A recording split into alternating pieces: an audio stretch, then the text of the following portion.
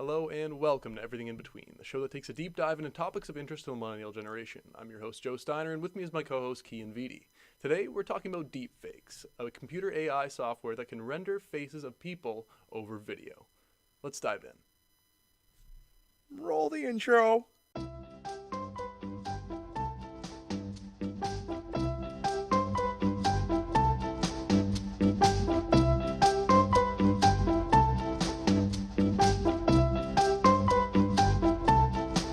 Alright, Keighn, so do you want to bring everyone up to speed on what deepfakes is?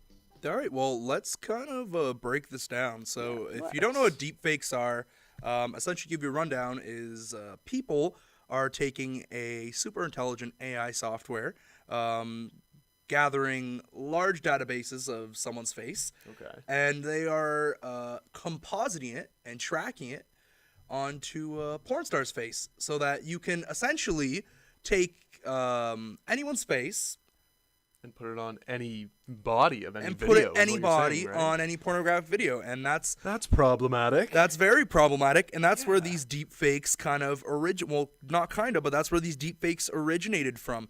So the subreddit r/deepfakes, It got shut down. It got shut down last week on Thursday. Because I'm assuming it got shut down because the whole non-consensual aspect of this thing. So you're taking someone's face and compositing on it onto a body that's not theirs. And being the internet, you can picture that this can kind of take a dark route, right? Yeah, very dark, very dirty. So people are using this app called Fake App, where users are able to train an AI software to increasingly get better at compositing these images, to the point where they look pretty terrifyingly real. Very real.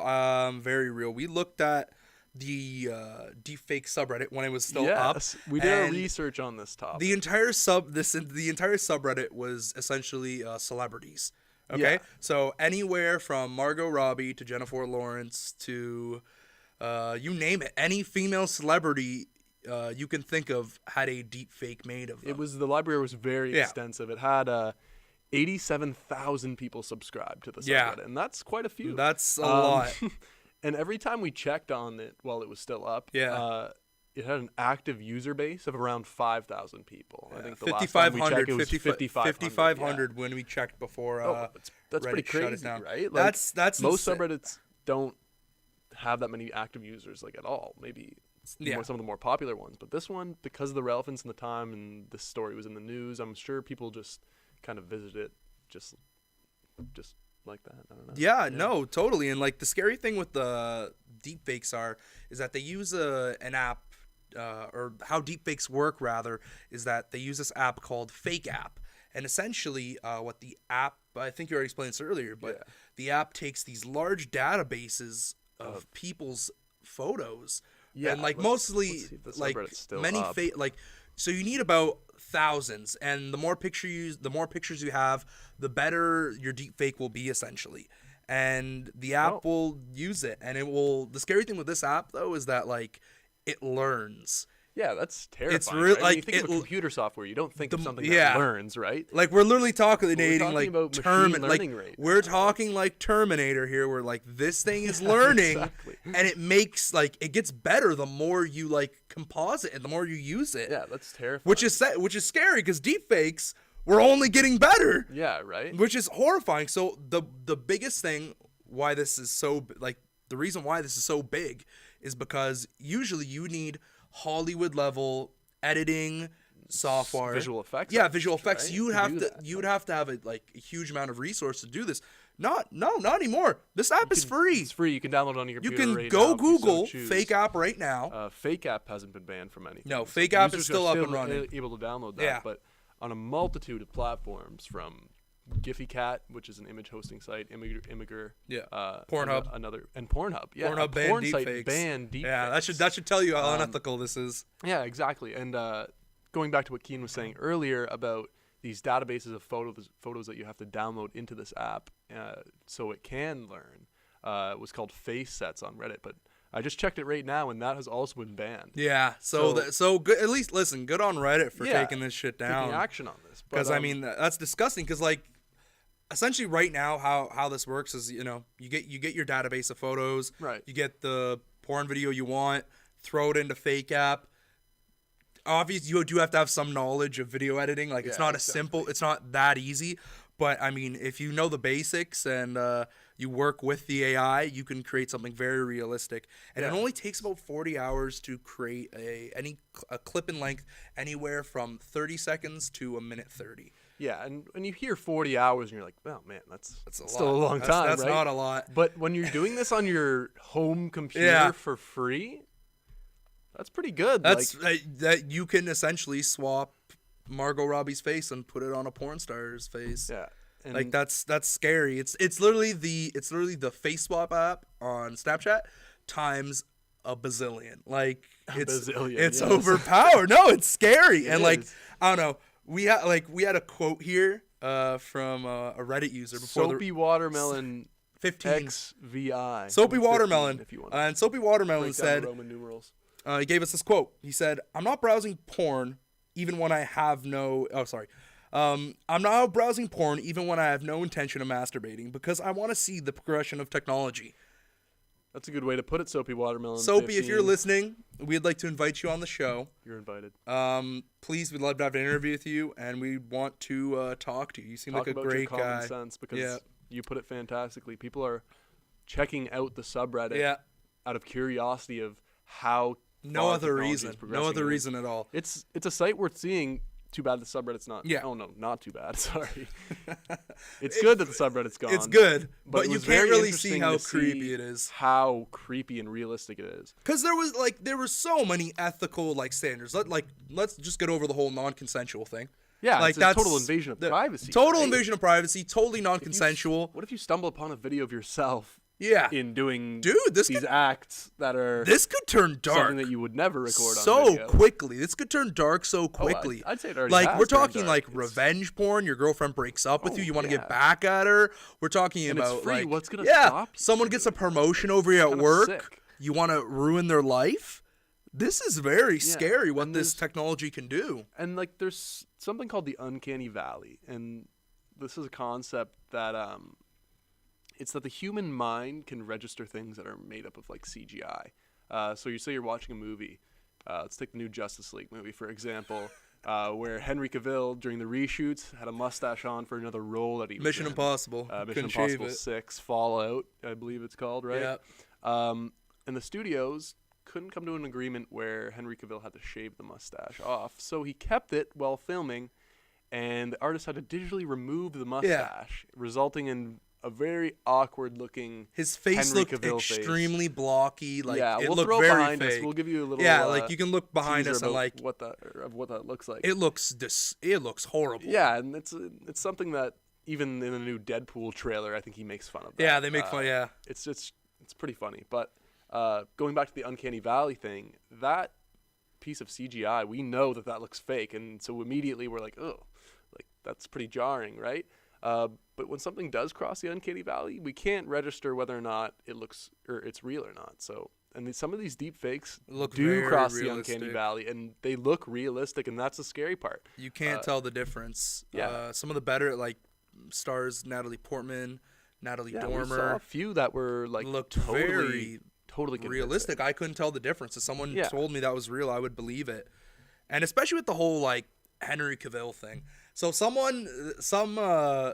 deep fake user on the subreddit before it got taken down, they showed the power of deep fake. So Justice League had a budget of $250 million. I don't even think they've released the budget yet. But it's skyrocketed. It's insane. And then they got an additional $50 million to remove this guy's mustache. They were given an obscene amount of money to take away Henry Cavill's mustache. They did a horrible job. Someone used the deep fake AI to remove Henry Cavill's mustache from the opening scene. And it looked the same, if not better, than the visual effects artist. It looked better. We'll throw it up behind us. Yeah. You guys can check it out, the comparison. It's so much better. It's crazy. The app can do just because it's able to learn. Yeah. It's crazy to think about the future potential of this. We're talking $30 million. That's to me, that's insane. Yeah. That's crazy. This is crazy. And I don't know. Before the subreddit got shut down too, this was totally ethically wrong. Ethically, morally, totally messed up. Yeah, but some people weren't using it as like a not safe for work outlet. Some people were using it for comedic purposes. Oh yeah. So we went to the top posts. I'll throw a screen recording of the page behind us, and I'll show the video too. But we were curious what the top post is. Like, this got to be something like pretty crazy. Has to be the best something deep that fake will of all make you time. click. Yeah. And it was. Yeah. It was Nicolas Cage on the body of Lois Lane. I know we're talking a lot about DC films for some reason. But someone composited Nicolas Cage's face on the Lois Lane, and it looks unreal. Like, it's it looks like Amy looks Adams very real, with Nick unreal in the Cage's sense face. that it looks great. Yeah. But yeah, and what a versatile actor Nick Cage is. Yeah. Very Congrats. underrated. I enjoyed him very much in Man of Steel. Yeah, fantastic. Very much. But no, like, I don't know. This is looks yeah. so dead It looks on. so dead on. And like in the subreddit before they got shut down, they like the moderators had posted some rules which were like total BS. Oh like, yeah, let's go through these. Like some of the like one of their here. Let me scroll some of these rules here. Yeah, So take we'll the just go through first these one. quiz, okay? Some of these real quick. The first rule is no request posts or comments. So you couldn't ask for a specific deepfake to be made. Yeah, so you just can't had be to- like, you- here's yeah. my friend, you make it of her. Or like you couldn't ask for a certain celebrity. You either have to wait for it to happen or you have to do it yourself and post it in the subreddit. Number 2. The second one, kind of a given, but you Yeah. never know because it's the internet. It's the a deep, internet, dark dark. place. Yeah, bad things happen. But don't swap the faces of minors younger than 18 in brackets on any pornographic Yep. videos. This is up to the discretion of the moderators. Yeah. So someone So- could post essentially child porn, and as long and it's as not technically child porn. Yeah. So they think they're okay, but it's still it's so messed up, sick. And, like, messed up, it's beyond like belief. technology can go in one of two ways. Like, you can use this For good, for the betterment progression of humanity. films and just the Yeah. arts and stuff like that. But Or you can you also can use this literally- for yeah. nefarious purposes. You can like literally make the making human race a dumpster child fire. porn. Like, Yeah. well, that's a debatable whether or not it already is a dumpster fire. But Okay. we'll get back to you on that one. That's a little philosophical. Tune in next week. Tune in next week when we discuss what life really means. No, but all right. So like the third third, the third rule is don't swap faces of a non-celebrity on any pornographic video. Essentially, so that's like taking. they're your just friend's saying, they're face, just saying which is don't like- you, which again is totally What up kind to of the friend would discretion. do that? Yeah, but no, like I said before, like that's not a like. That's up to the moderators. If someone wants to post a picture of their coworker got a like promotion over them, like people take hundreds and some even take thousands of pictures on their Instagrams, Facebooks. Like, Definitely, it's not hard. The photos to are out obtain there. the photos of these yeah. people. Like, what's stopping someone from doing that and even keeping it on their own computer? Yeah, Like, you don't. It's really know. creepy. That's the scary part. It's about really all creepy. this. So I mean that rule's just bullshit in general. But yeah, Oh, one go on number definitely. 4. 4 is low effort posts will be removed. So that includes spamming, whether you're posting the same picture or video over and over again. Basic questions about like how to use the app and help me posts. But we looked through the silver linings, everything in between these rules. Yeah. And we kind of interpret it to say that low effort means don't post shitty content. yeah. Post your best work. If man. you're not posting realistic deepfakes, Oh. we will take you off the site. it's not good. It's not good, which is also totally messed up. Like this is just like once you get your mind around this, like it's just really it's really messed up. Yeah. Like I can't describe it anything other than that. Let's go. You La- read the last one. rule- The last rule's one's pretty silly. It's very ironic. Last rule's my very favorite. It's like rule number 5. Keep it friendly. Keep it friendly, Keep it guys. friendly. Come Guys, on. Even though we're we're all- posting someone's photo, Non-consensual. No, we're posting them. Oh, and Yeah. it's on a naked We're, body. we're making keep it non-consensual friendly, porn guys. here, Yeah, but we're just good. remember, keep it friendly in the We're end. good. So one thing that really pissed me off about this is the moderators came up with this. It's really like, hey, we have our hand in the cookie jar, but like, here's our bullshit excuse. So I mean, that's like, and to continue going off that rule, what it says here is we understand that we are using cutting edge technology in controversial ways. they know what they're doing's wrong. They know. Any inflammatory posts or comments against the sub or user will be removed. So, I don't know. I don't know if these guys are good gatekeepers. There was 5 moderators on there. We're For not gonna name them on 87,000 here. people, which is crazy. But yeah, it's just wild. Like, Yeah. it's just wild how far this went. But yeah, so I guess an ending of all this is that if you can leave today with one message, you don't get a choice to be in a porno anymore. The internet has decided. It's pretty messed up, but it's true. What he's So saying I is mean, I'm correct. sorry to Like, break the news to you, but you can be in a porno and not know about it these days Yeah. because of things like fake app. yeah, that's it. So please let us know your thoughts in the comment section below. Tell us what you think about deepfakes. Tell us if you'd ever make a deepfake. So, Keighn, let's go on to our next segment. Things that make you go, So, Keighn, what made you go, this week? So something that really made me go, this week was, actually happened last week, for those of you who are watching.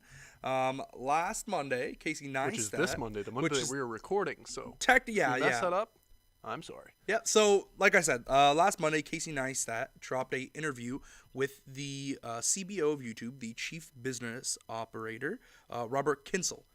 And the interview was set to kind of provide a large controversy. Usually people talk when talking about YouTube and creators.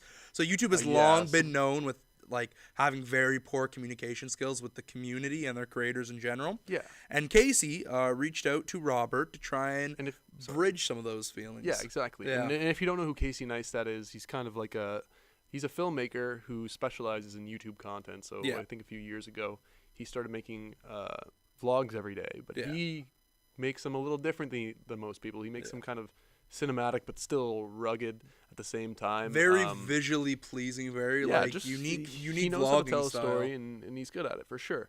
But he's also at a company called Beam, which recently cut ties with Casey, and now is solely at CNN, the company that paid around $25 million, I think, to buy the whole Beam company, which used to be an app. But anyway, so that's the only kind of experience Casey has in the news landscape, other than some brief journalism. But so him interviewing Robert Kyncl, it was kind of controversial a little bit. Yeah. But at the same time, I think he got some good stuff out of him, but he could have pushed a little harder on some of the questions. But I totally understand not wanting to do that, especially in the situation he's in. But so like Joe said, like he interviewed Robert Kyncl, and it was just really meant to kind of bridge that gap between creator and like the operators of YouTube, and just kind of like get them to communicate on some of the issues. So there have been lots of issues like stemming from like demonetization of like videos not being properly adpocalypse videos not being properly like reviewed, like if they are like flagged for demonetization. So a lot of stuff that YouTube doesn't talk about. And like this whole interview, like there had been pretexts. Casey said at the end of the vlog he posted previous that, you know, like he's really trying to get like a rough interview here. Like not a rough interview, but he's really trying to like get a dialogue going. Like, I found that he didn't dig as deep as he could have. No, it was very superficial. For me at least, the entire interview, it seemed like they say it wasn't like they didn't like Robert had his PR guy with them apparently, and they say like the minute he walked in, like he asked Robert, so what questions do you guys not want to ask? And he said everything's on the table. It didn't feel like everything was on the table. Well, everything may have been on the table, but I feel like Casey might have been kind of watching his boundaries, having not really, which I don't know, done this before. Maybe like I know he's definitely interviewed people, but someone of this caliber, like I feel like he did ask him the right questions, but his questions were good. Could have gone a little bit longer. I think it came in around 20 minutes. But it came around 19, and I would have liked a long interview.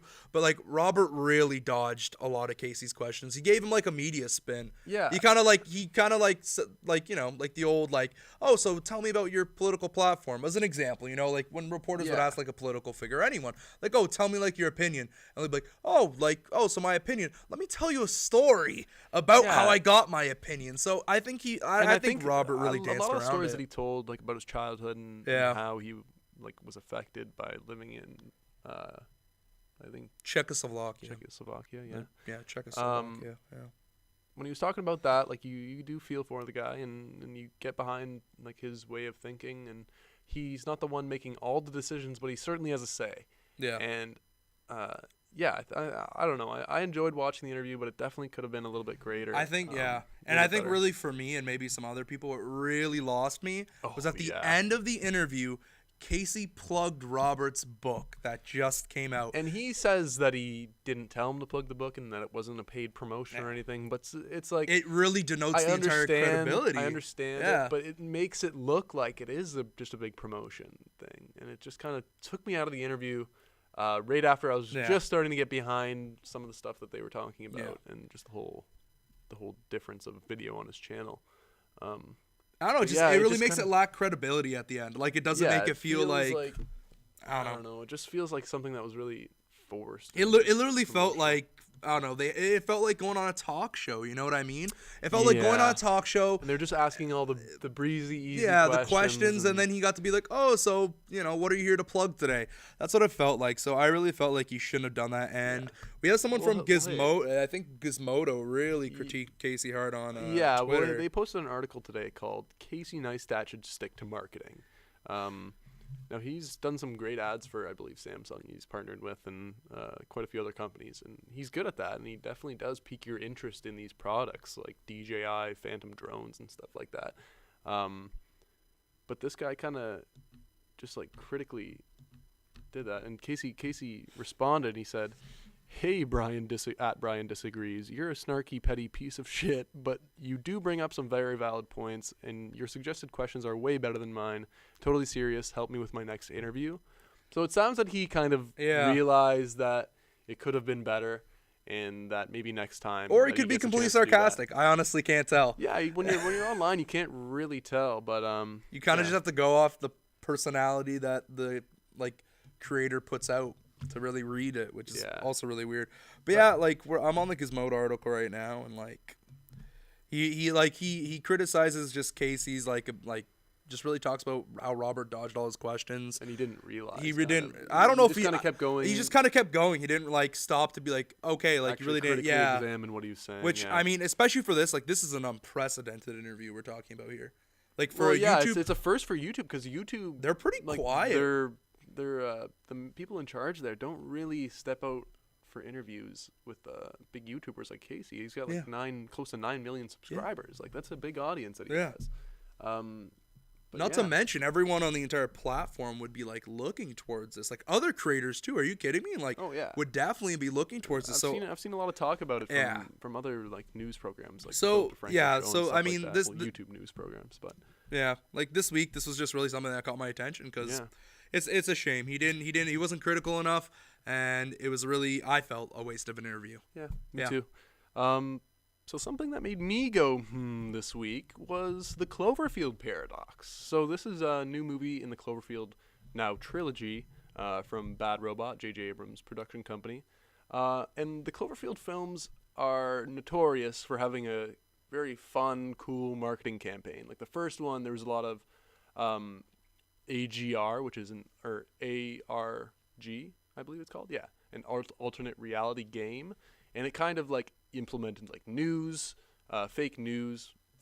No, it implemented a lot of fake news, videos and stuff from the Cloverfield universe about wars that were going on and how this monster came to the city of New York. If you haven't seen the first two Cloverfield movies, Cloverfield and 10 Cloverfield Lane, you should definitely check them out. 10 Cloverfield Lane's the best one. I agree. Yeah, Dan Trachtenberg, you are best one in the series. Great. Although to be fair, I haven't watched Cloverfield since I was about 11. Oh yeah. So I haven't watched really showing the first your age one. there, Keighn. Yeah, really showing how old I am. But anyway, like I was saying, these movies are notorious for marketing, and for example, 10 Cloverfield Lane, they didn't start marketing I think until a month or two before the movie actually came out. And that 3 weeks. Yeah, it was a few weeks. It came out Literally. with the trailer for Michael Bay's movie 13 Hours that came out the same year as Cloverfield, and I believe it came out in March, if I'm correct. I believe it did. Yeah. So with the Cloverfield Paradox, this has been a movie we've heard about for a long time. It used to be going under the name called The God Particle, and there was a lot of rumors about what the plot was going to be about, but no one was really sure until the Super Bowl, actually, where Netflix dropped a trailer for the Cloverfield Paradox, the third movie in the franchise. And at the end of the trailer, they said, releasing after the game. Now, up until that point, you have to realize that they didn't put out anything beforehand. And originally, we thought the movie was coming out on April 20th, I believe, of this year. But nope, just came out of nowhere, and they just dropped it on the platform. And I know I watched it right after the Super Bowl, and I don't know, it's a good movie, and it's a lot of fun for Cloverfield fans because there's a lot more stuff to dig into and Easter eggs from the other universes or the other films, like Slusho, which is a recurring Easter egg for all Bad Robot properties, and just things like that, and things that tie these films together, and seeing the progression. of them. But Keighn, what do you think about studios? What do you think about what do you think about studios kind of abandoning the extended marketing periods and going with like the day of being the only marketing that they have? Well, the whole day of thing I thought was really cool. I would great, go check out. I haven't watched it, to be fair, just because I heard it was garbage. Yeah, it's been panned by critics. I think it has about 18% on Rotten Tomatoes. Yeah. If that. Not that Rotten Tomatoes dictates if a film's good or not, but does it? Find out next week on everything in between. No. But what's it called? Yeah, it hasn't been widely accepted. I know as a Cloverfield fan, a fan of the franchise, I enjoyed it, but it did kind of feel a bit typical, a little bit easy to predict. But yeah, what do you think? I don't know. That? For me, like, I think it's really cool. I like when movies, like, honestly, a part of me, it depends. You know, I'm a fanboy for some things, and for other things, I'm less interested. Like when it comes to like superhero movies, I want every single trailer I can get. Yeah, of course. Give me every single thing you're willing to release. But with something like you'll watch all that. Yeah, I'll watch all that. I want because I want to see the movie right away. But that's when those marketing costs just spike. Now, and at the same time, I get very annoyed when like I'll never forget for Stranger Things 2 when they dropped the teaser. Like they dropped it in February. They dropped it during like Valentine's Day. Came around Halloween. Came around Halloween. That's what, and it's just 6 like, months. Oh, I gotta wait so long. I have to for wait this. It makes that the wait long. So, much more So grueling, I don't like the really drawn out marketing. Like as much as I do like them, I don't like them because I think it really just takes away. It does. And like it gets you too high. Like I think I'm under the impression that it does take away hype kills good the things. Hype kills good things. You keep seeing the trailer and you're like, oh man, like I feel like I've watched this movie already. And it kind of takes away from the enjoyment of like going in fresh. Like I know I went into the Phantom Thread recently fresh, not knowing anything, and I had a great time watching that. Same thing for this movie, the Cloverfield Paradox. Like I had no idea. I had a basic inkling of what was going down, but I didn't really know, and I find that for every movie that comes out that I find interesting, that I kind of like research and I look into it a lot, and sometimes it does ruin the experience, and I don't know. Yes, this was a lot of fun, and I think more studios should actually do this. And I'd probably go watch a hell ton more movies. It's got to reduce the marketing costs. Like I know for a 30-second Super Bowl ad, it costs $5 million. Ridiculous. But to think about the fact that that's pretty much all that they did. It's pretty good for marketing costs. The movie had a $45 million budget, so $5 million. Budget's usually about half of the production budget for marketing. Not to mention, they got really good online buzz from it too. Just for and people, the buzz was crazy. The buzz was insane. Like everyone's talking about watching the Super Bowl, so everyone saw that trailer. Like I know I got home and my mom's like, "Oh, I saw that. That looks scary." And my mom's not the type of person who would know about like a Cloverfield movie, so I thought that was pretty cool. So yeah, that's something that made me go, this week.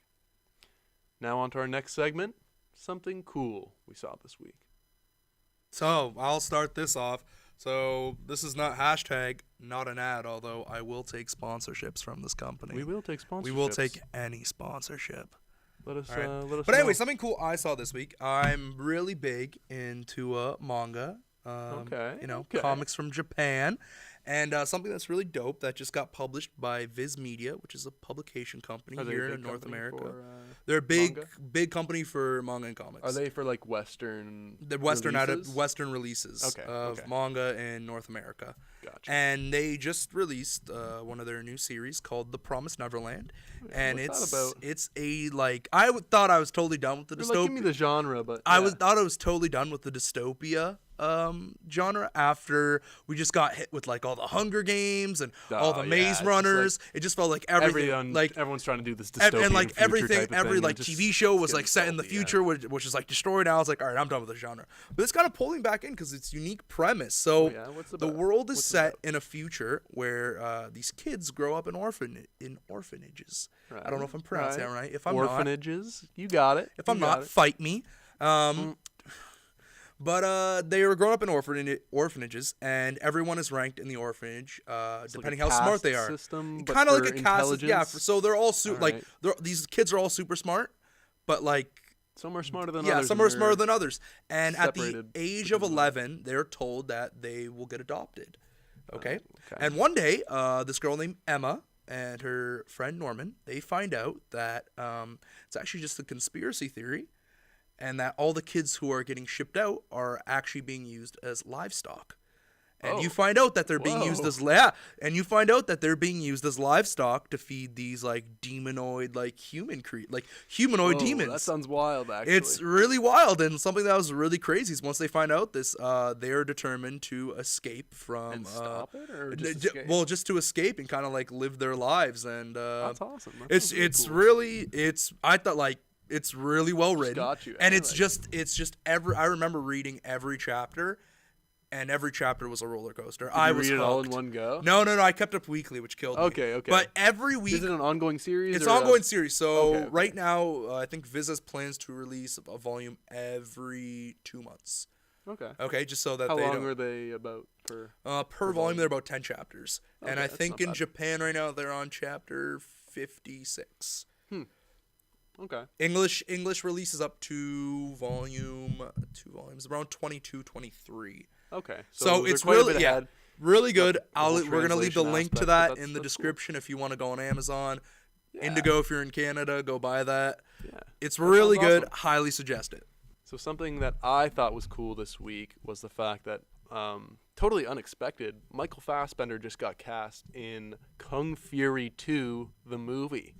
Now, if you don't know what Kung Fury is, pause this, keep it open in a nice little tab up there, and go spend 30 minutes and watch Kung Fury, because it's the most insane 80s flavored balls to the walls action movie, super hyper realistic. Lots of balls to the wall. Oh, so much balls to the wall.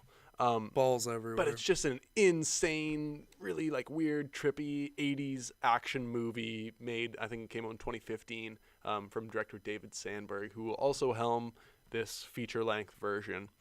So just to give you a taste about how insane that movie is, it follows a kung fu master police officer whose partner is a triceratops named Triceracop, and they go through time to stop Hitler from time traveling and winning the Second World War with all this crazy technology and just a lot of time travel stuff. It's really That's wild. 80s. Go check it out. That's really 80s.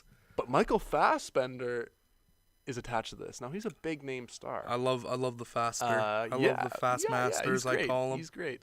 But Minus this in is Apocalypse. crazy. Yeah, Sorry to plug so Apocalypse, many not very superhero good. movies, but Yeah, we're nerds. that was That was a horrible tell. performance. I'm sorry, Michael, if you're watching this.